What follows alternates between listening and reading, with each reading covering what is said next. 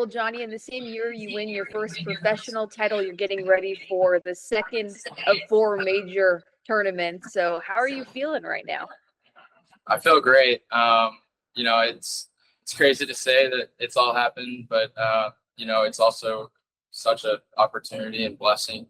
Um, really thankful, and the team's been working pretty hard. We've been doing pretty good, and we're excited for this week. Thinking back to being in college a year ago to now what you've accomplished, is there a reason you think you've been able to have so much success right away in your professional career? I think the preparation that through Baylor and through the coaching system and my coaches and my support system, it's been a really easy transition for me. My parents have helped me so much. I still live in San Antonio with them, and being so close to home when I'm back, and them helping me with travel and everything. It's been a really easy transition. Trying to get ready for each event. Figuring out where travel is. So it's never super easy. But through Baylor and how they prepped me, and then just being nice and close to my family and friends, and being able to offload on the weeks that I'm off is nice.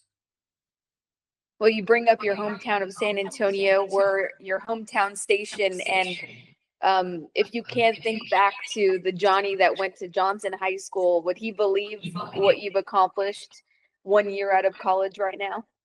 I don't think so. I thought it was gonna.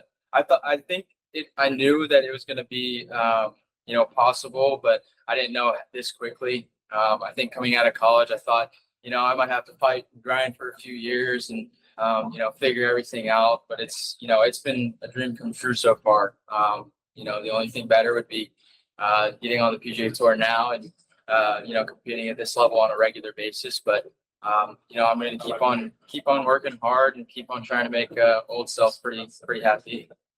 Okay, so bring me back to the 7-man playoff that you went through in Dallas to qualify for the U.S. Open. Can you just describe what that moment was like and the emotions that you felt to then qualify for the U.S. Open? Yeah, my caddy looked at me at the beginning of the playoff, and we knew it was slim odds, but we, at the beginning of the day, we would have taken it.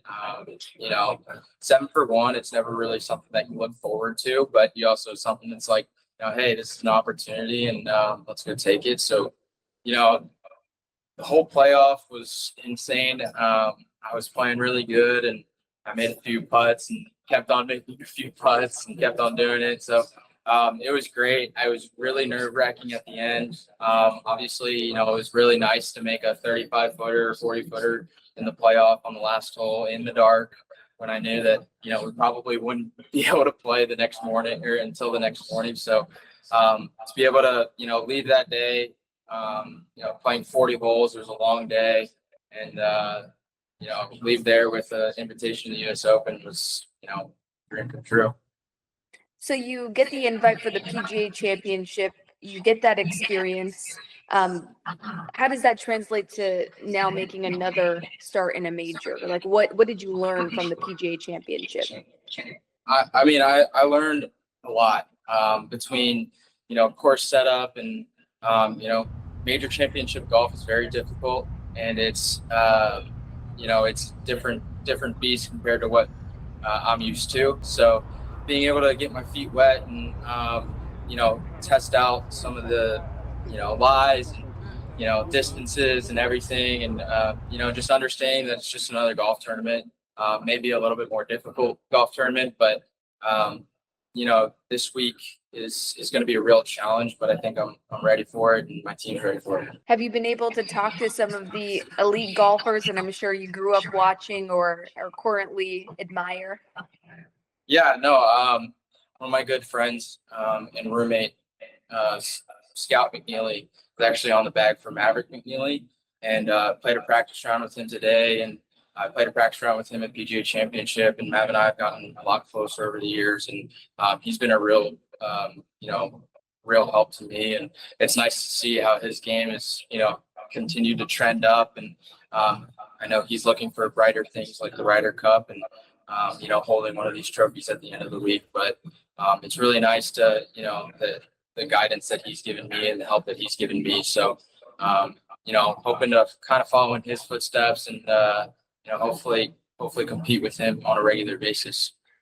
What did you notice from your practice round today, and what do you need to prepare for what the course is looking like before things get started on Thursday? Yeah, I think I've played now 27 holes out here, and every single shot you have to, you know, be concentrating on, and you know, you have to be very accurate. So I think a lot of this week is just rolling with the punches. You know, you're going to get knocked down a lot this week, but understanding that opportunities will come, and you know, try and capitalize on the best, and you know, try and limit the damage when you're presented with it. So yeah, it's just a great test of golf, and I'm really excited to get out there. And representing Texas, and more importantly, representing your hometown of San Antonio, what does that mean to you on this stage?